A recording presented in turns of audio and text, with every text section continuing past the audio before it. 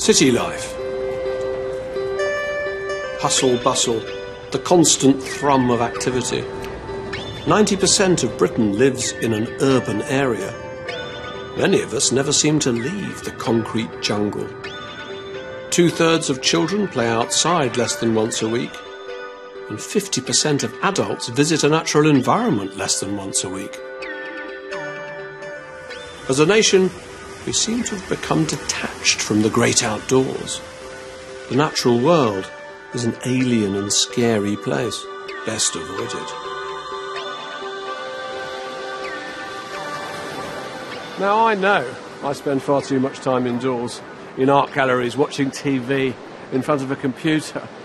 And when I do get out somewhere like this, and I feel the sea wind blowing in my face, I instantly feel better. But in their new book, Rob Cowen and Leo Critchley go further than that. They argue that getting into nature is totally essential to your health. And at the centre of it, they place a great amount of importance on play.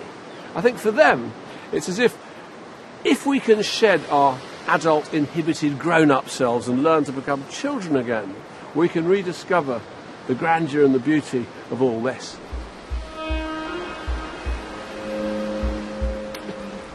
Something I haven't done since childhood. Skimming stones on a beach.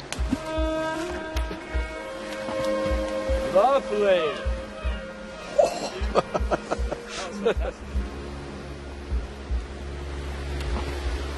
So what was your motivation for writing this book? When you were both living in a city, was it a desire to escape your lives in some sense? Was that the fuel behind it? I think it started with that, didn't it? I think fairly say that. Yeah. I think it's probably a philosophy born out of escapism. Yeah. In that our need to escape from the urban environment led to us thinking more deeply about why it is that humans have this innate yearning to be in nature.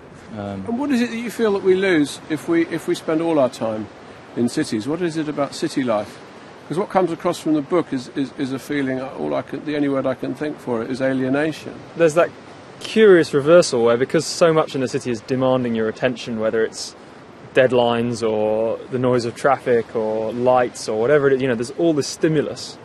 And actually the only way to deal with it is to kind of disengage. If you're in the city, you're in a room where everyone's shouting. Yeah. Whereas you're in the countryside, it's almost as if no one's shouting. And it becomes up to you where you put your attention. And it's similar to an art gallery, really. When you enter an art gallery, your senses change from the street outside. You're in a space that has this influence on you, has a transformative effect. So there's a serious sort of agenda behind the kite building and the stone skimming. Yeah, I think so. They're beguilingly simple, but they're a doorway into something else, I think.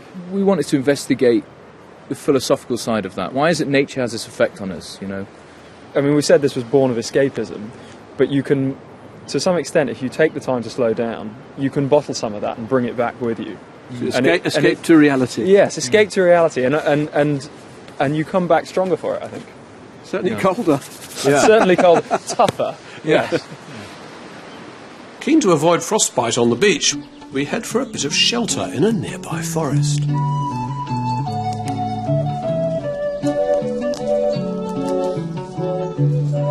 So what's next on the menu? We're going to make an elder whistle with a piece of elder here. Here's our piece of elder. And you see inside is a nice ring of pith, which is extremely soft. If you just push that with your nail, Right. you see that we're going to be able to push that I see. right out. So what do I do? Have a go on that. Just take off the top layer down to what looks like the bone of the wood. That's great. What is it that drew you to whistle making? I mean, what is that? Because you guys get lost a lot. Something like that. I mean, the whole process of carving is a pleasure anyway. It's about reordering wood, and it's a therapeutic thing to do. But why a whistle? Well, the history of, whistles is rife with examples of them being used to coordinate people over distances, that sort of thing. And really connecting with history was a big part of it. So elder is a tree with all sorts of cultural significances. It's known as boarwood. It's in a lot of classical myth. Exactly. It has the Hildemoor in Scandinavian myth. So that's the mouth, is it? That's the mouthpiece. You can see it grinning away at you there. The next stage is the plug, the fipple plug. I like the name. Yeah, it's got a lovely sound to it. And what, you slot that into You just slot that into the top of the whistle there. And that means I'm good to go?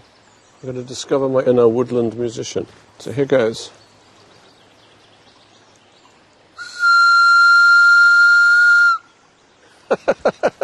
It's what it sounds like to me. It sounds like the Woodland Express.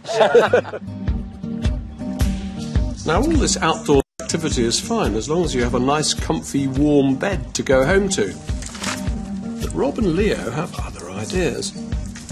They're proposing that I spend a night sleeping outdoors, inside a den made from scavenged bits of wood and loose leaves. You've built a few of these, haven't you? Yeah. I have to say, I'm not entirely convinced. OK, so this is my wilderness hotel room. I mean, is this 1 star, 2 star, 3 star? I'd say this was a 1 star, given the speed we built it in. But in terms of a room with a view, Andrew, it's definitely 5 star.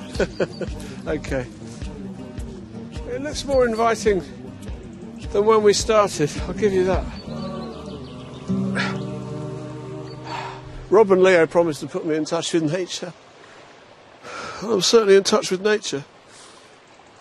Without being cynical, my senses have come alive. I can smell the wood, I can smell the leaves, I've been listening to the bird song, I've been tuning in to the trilling along at the bottom of the hill. And there is something peaceful and therapeutic about just stopping and letting all that come over you. The thing is, if I do panic and if I do need help, I've got this.